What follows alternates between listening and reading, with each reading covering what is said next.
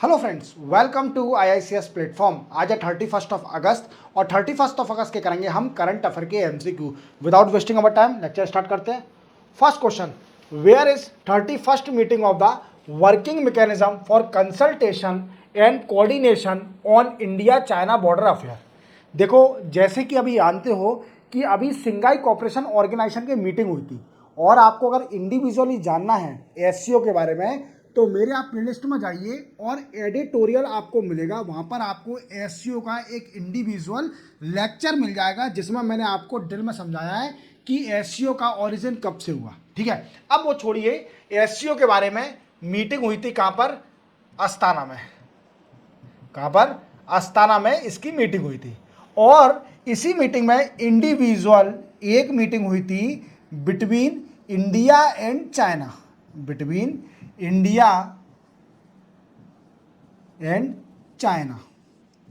और इसमें डिसाइड करा गया कि working mechanism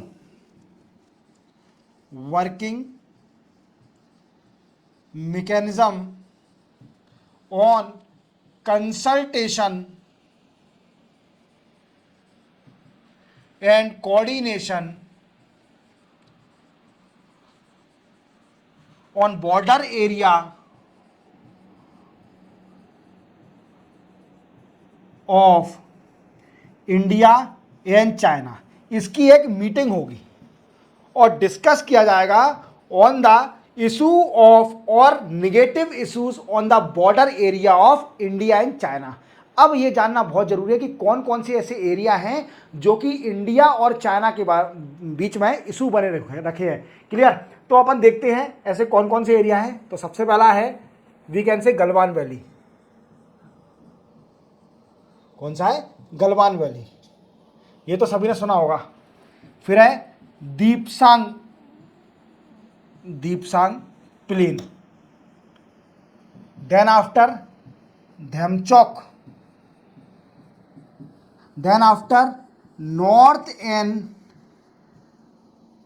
south of Pangong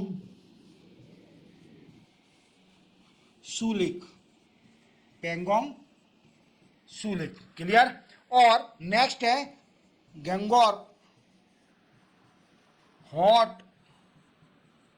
spring area and these all area located in eastern Ladakh. कहां पर है दोस्तों? ईस्टर्न लद्दाख में ये सारे एरिया हैं जो कि इशू बने हुए हैं बिटवीन इंडिया एंड चाइना। और इसका रिजोल्यूशन निकालने के लिए एक मीटिंग हुई। वो कहां पर हुई? Working mechanism on consultation coordination, वही बीजिंग में। और ये कौन से नंबर की मीटिंग थी? 31st। याद रखोगे। चलते अपन नेक्स्ट क्वेश्चन पर। What is INS Arighaat recently seen news. देखो, आप देख पा रहे होंगे ये एक न्यूक्लियर सबमरीन है। क्या है दोस्तों? न्यूक्लियर सबमरीन है जो कि इंडिया ने बनाई है और इसको हैंड ओवर कर दिया, hand over to Indian navy. किसको हैंड ओवर कर दिया? इंडियन नेवी को हैंड ओवर कर दिया। क्लियर? अब हैंड ओवर करने के बाद अब क्या है इसमें, ऐसे क्या फीचर है? सबसे पहले तो ये जानिए, ये न्यूक्लियर मिसाइल को लॉन्च करने में कैपेबल है, capable to air, we can say land and sea as well. Clear? अब जानते हैं हम इसके अंदर क्या क्या है ऐसा जो कि INS अरीघाट है, इसके अंदर क्या क्या फीचर लगे हुए हैं। सबसे पहला है K-15 मिसाइल। इसके अंदर K-15 मिसाइल है, ये इंडिजीनस मिसाइल है और ये टारगेट कर सकती है, टारगेट अप टू 700 किलोमीटर। देख रहे हो आप कितनी पावर है? इंडिजीनस K-15 मिसाइल बनाई थी जो कि इसमें फिटेड है ये INS अरीघाट के अंदर, जो कि टारगेट कर सकती है अप टू 700 किलोमीटर। देख रहे हो इंडिया कितना आगे है। देन आफ्टर इसमें लगा हुआ है 83 megawatt pressurised water reactor that enhance capability of submerge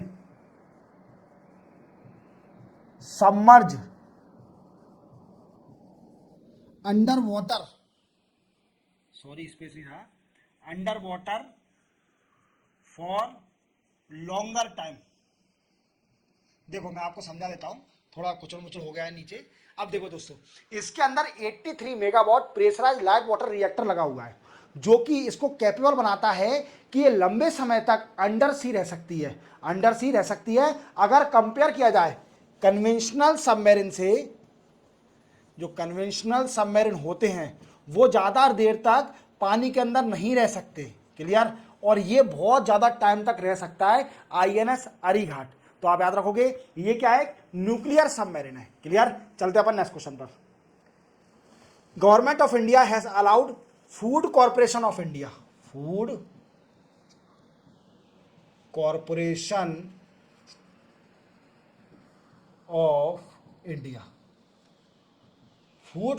of India को अलाउ कर दिया है to sell how much maximum amount of rice to distilleries for ethanol production. क्या है, आप जानते हो कि हर रीजनल ऑर्गेनाइजेशन और इंटरनेशनल ऑर्गेनाइजेशन में अगर क्लाइमेट चेंज पर डिस्कस नहीं किया जाता है तो वो ऑर्गेनाइजेशन इनकम्प्लीट होती है। किसी भी देश के बीच में अगर बायलैटरल रिलेशन के ऊपर टॉक किया जाता है और अगर क्लाइमेट चेंज पर डिस्कस नहीं किया जाएगा तो वो भी मीटिंग इनकम्प्लीट कही जाती है। और आप जानते हो क्लाइमेट चेंज का बहुत बड़ा इशू है और इसके कई सारे सॉल्यूशन निकाले थे। जैसे कि एक सॉल्यूशन था कि बायोफ्यूल बनाना। आप जानते हो सबसे ज़्यादा जो क्लाइमेट कार्बन बढ़ा रहा है वो उसका सबसे बड़ा फैक्टर है व्हीकल में अपन जो पेट्रोल यूज़ करते हैं, वो सबसे बड़ा रीज़न है। मीन्स हम जो ऑयल यूज़ करते हैं वो सबसे बड़ा रीज़न है, क्योंकि वो बाई प्रोडक्ट कार्बन निकालता है। हमने बायोफ्यूल बनाया, क्या बनाया, अब बायोफ्यूल को दो पार्ट में डिवाइड करके रखा है, एक है इथेनॉल, दूसरा है बायोडीजल। इथेनॉल की ब्लेंडिंग की जाती है विथ पेट्रोल और बायोडीजल की ब्लेंडिंग की जाएगी किसके साथ, डीजल के साथ। और इससे क्या होगा कि जो बाई प्रोडक्ट है कार्बन, वो कम आएगा, कम एनवायरमेंट में जाएगा, मींस कम निकलेगा कार्बन, क्लियर। अब इससे क्या है, अभी सरकार ने फर्स्ट जनरेशन बायोफ्यूल बनाया जाता है, वो बनाया जाता है एक्सट्रैक्ट फ्रॉम फूड प्रोडक्ट जैसे मेज, राइस, व्हीट, ये सारे होते हैं फर्स्ट जनरेशन बायोफ्यूल। अभी सरकार ने जो इथेनॉल की डिस्टिलरी हैं जो कि बायोफ्यूल बनाती हैं, उनको अलाउ कर दिया है कि वो मैक्सिमम कितना राइस खरीद सकती हैं from the food corporation of India.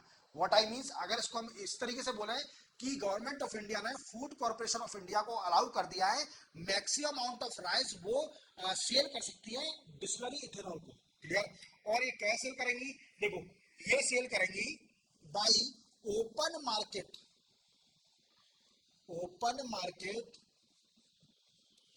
Cell system से, ओपन मार्केट सेल सिस्टम के जरिए ये करेंगी इसको sell, open market sale system, clear.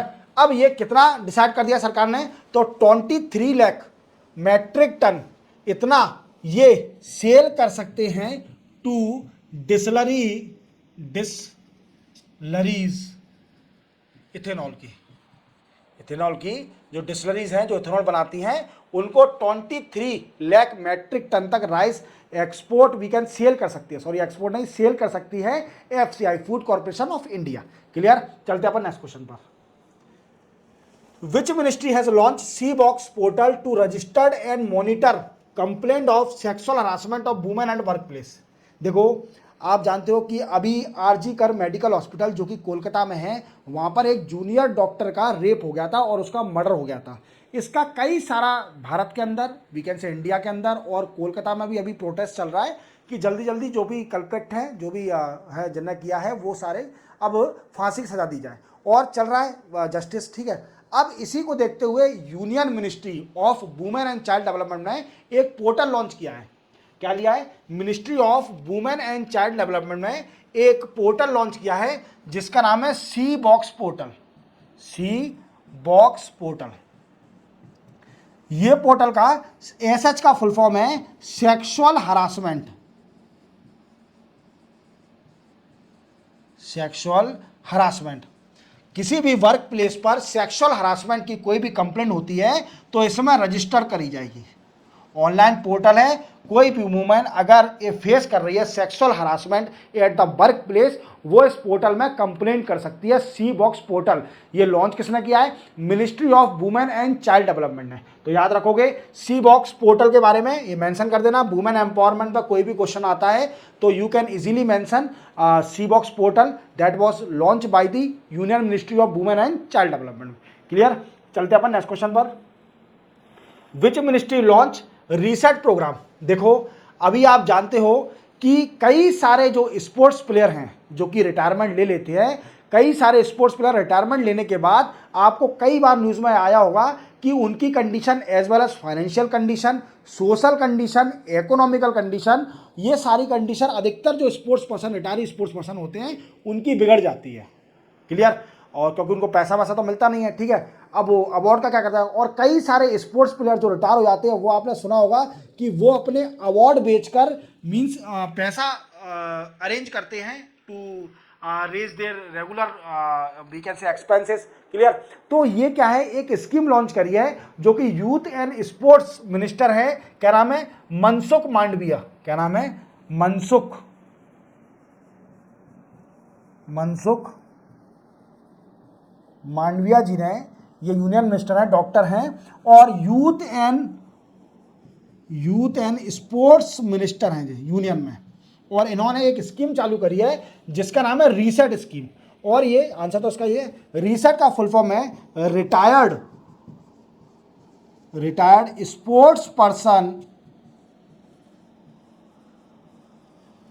Person empowering, या we can say empowerment training. Clear? ये इस स्कीम का नाम है, retired sports person empowerment training.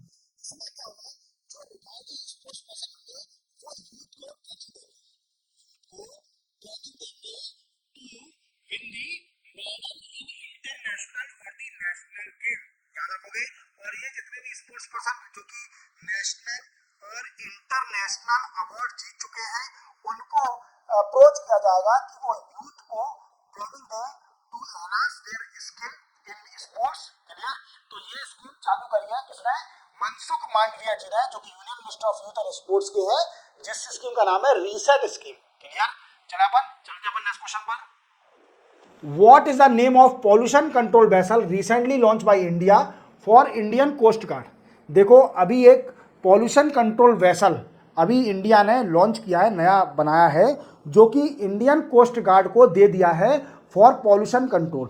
अब उसका नाम क्या रखा है? तो उसका नाम रखा है समुद्र प्रताप। क्या नाम रखा है? समुद्र प्रताप। याद रखोगे। अब ये क्या करेगा, जैसे आप जानते हो कि जितने भी ऑयल हम इंपोर्ट करते हैं, क्रूड ऑयल इंपोर्ट करते हैं, एक्सपोर्ट करते हैं, वो मोस्टली सी के थ्रू होता है। और कभी कभी क्या होता है कि ऑयल स्प्लेज हो जाता है, ओशन के अंदर ऑयल फैल जाता है या फिर लीकेज हो जाता है कभी कभी, तो उससे क्या होता है? पॉल्यूशन बढ़ता है ओशन के अंदर और कई सारी एक्वेटिक लाइफ पर इफेक्ट भी पड़ता है।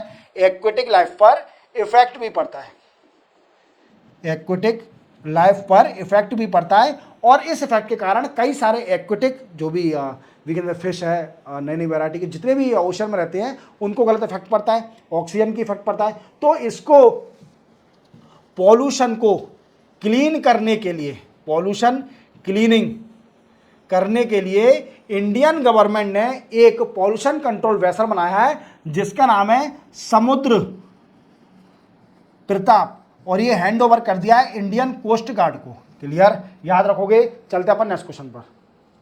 Which university will host third edition of Indus x summit. पहले तो आप ये जान लीजिए इंडस का फुल फॉर्म क्या है। तो इसका फुल फॉर्म है India USA defence acceleration ecosystem summit. ये होने जा रही है, कब होगी? 9 सितंबर एंड 10 सितंबर। और ये यूएसए में होगी, कहां पर? स्टैनफोर्ड यूनिवर्सिटी के अंदर। और इसका मेन मोटिव होगा to enhance strategic partnership between India USA. India और यूएसए के बीच में डिफेंस और स्ट्रेटेजिक पार्टनरशिप को स्ट्रॉन्ग करना इसका मेन मोटिव होगा। और ये थर्ड एडिशन है, तीसरा एडिशन है। क्लियर। और स्टैनफोर्ड यूनिवर्सिटी में ये होस्ट करेगी यूनिवर्सिटी इस समिट को। क्लियर। चलते अपन नेक्स्ट क्वेश्चन पर। Which state assembly pass new law called provision of child marriage bill 2024। देखो, एक पहली स्टेट बनी है जिसने बिल पास करा है जो वुमेन की एज है चाइल्ड मैरिज को रोकने के लिए। मैंने आपको बताया एक बिल पास हुआ है जो कि मुस्लिम कम्युनिटी को रजिस्ट्रेशन के लिए आसाम के अंदर, जिसमें चाइल्ड मैरिज को रोकने का मेन मोटिव है। और मुस्लिम मैरिज को रजिस्ट्रेशन के लिए, जो कि 1935 का लॉ है पुराना आसाम के अंदर, वो चेंज करने के लिए एक नया बिल आया है आसाम में। क्लियर, वो कोई बात नहीं है। अब एक और स्टेट है हिमाचल प्रदेश। कौन सी है? हिमाचल प्रदेश। इसने एक बिल निकाला है और इसमें क्या करा है कि वुमेन की जो मैरिज एज थी 18 ईयर, उसको बढ़ाकर कर दिया है 21 ईयर। मीन्स अब 21 ईयर मिनिमम एज है हिमाचल प्रदेश में शादी करने के लिए महिलाओं की। पहले क्या था कि 18 ईयर वुमेन की एज थी और 21 ईयर थी बॉय की एज। अब क्या कर दिया है कि अब इस एज को बढ़ा दिया है हिमाचल प्रदेश के अंदर, 18 ईयर से कर दिया है 21 ईयर। क्लियर, याद रखोगे 21 ईयर हिमाचल प्रदेश। हिमाचल प्रदेश के सीएम कौन है? सुखविंदर सिंह सिखू। याद रखोगे। चलते अपन नेक्स्ट क्वेश्चन पर। Who inaugurate Vardhaman port located in Maharashtra. देखो, मैंने आपको ये न्यूज़ बहुत पहले बता चुका हूं, डिटेल करंट अफेयर है, मैंने आपको डिटेल में समझाया था। ये अभी नया पोर्ट बना है इंडिया के अंदर और ये डीप सी पोर्ट है, डीप वाटर पोर्ट। और ये बनाया इसलिए है कि जो बड़े बड़े वेसल होते हैं उनको हैंडल कर ले। ये बहुत बड़ा पोर्ट है, इंडिया का सबसे बड़ा पोर्ट है ये। और इसका एक और मोटिव है मैरी टाइम ट्रेड को एनहांस करना, ट्रेड को एनहांस करना, बढ़ाना। जो कि ट्रेड होता है थ्रू ओशियन, उसको बढ़ाना। क्योंकि देखो आप पोर्ट कितना बड़ा है, ये हर चीज हैंडल कर सकता है, इसमें बहुत कैपेसिटी है इस पोर्ट के अंदर। और इसका इनॉग्रेशन किया है नरेंद्र मोदी साहब ने। और ये कहां पर है दोस्तों? ये महाराष्ट्र के अंदर। यार याद रखोगे। चलते अपन नेक्स्ट क्वेश्चन पर। Which day is observed as International Day of the Victim of Enforced Disappearance 2024। देखो, ये पूछ रहा है कि वो दिन कौन सा पड़ता है जब हम उन लोगों को ट्रिब्यूट देते हैं जो कि डिसअपियर हो गए due to civil war, due to atrocity in particular country, ethnic war, या किसी भी कारणवश टेररिज्म के कारण जो कि लोगबाग, जो इनोसेंट लोगबाग थे वो डिसअपियर हो गए इस कारणवश। तो उनको ट्रिब्यूट देने के लिए ये दिन मनाया जाता है 30 अगस्त को। कब? 30 अगस्त को। याद रखोगे। चलते अपन नेक्स्ट क्वेश्चन पर। Which country won south Asian football federation under 20 championship. देखो, ये अधिकतर लोग तो इंडिया लगा जाएंगे पर इंडिया नहीं है इसका आंसर। इस बार अंडर 20 जो कि साउथ एशियन फुटबॉल फेडरेशन है वो बांग्लादेश ने जीता है और फाइनल में नेपाल को हराया है। याद रखोगे, इंडिया को नहीं, बांग्लादेश ने नेपाल को हराया है। और ये फर्स्ट टाइम है, फर्स्ट टाइम बांग्लादेश जीती है under 20 football federation, south Asian football federation cup championship पहली बार है। चलते अपन नेक्स्ट क्वेश्चन पर। नेक्स्ट और लास्ट क्वेश्चन है, which space organisation design under water robot to combat climate change. देखो, ये बता रहे हैं कि एक स्पेस ऑर्गेनाइजेशन है, उसने एक under water under water robot बनाया है जो कि अंडर वाटर जाकर रिसर्च करेगा क्लाइमेट चेंज के ऊपर। अब आप सोचोगे सर यार climate change is related to the particular environment and how it is related to the ocean. तो इसका आंसर ये है दोस्तों, जैसे आप जानते हो अंटार्कटिका में आइस मेल्ट हो रही है, आइस मेल्ट हो रही है, जिससे क्या हो रहा है, सी का वाटर लेवल एनहांस हो रहा है। क्या हो रहा है, सी का वाटर लेवल एनहांस हो रहा है। तो इसी चीज की स्टडी करने के लिए रोबोट बनाया है, और ये बनाया है नासा ने। किसने? नासा ने। और नासा किसकी स्पेस ऑर्गेनाइजेशन है? यूएसए की। तो इसी के साथ 31 अगस्त के करंट अफेयर एमसीक्यू कंप्लीट होते हैं। मिलते हैं हम कल 1 सितंबर को नए करंट अफेयर एमसीक्यू के साथ और कुछ नए इनोवेटिव के साथ। ठीक है, तब तक के लिए चैनल को सब्सक्राइब और बेल आइकन प्रेस करना ना भूलना। तब तक के लिए जय हिंद।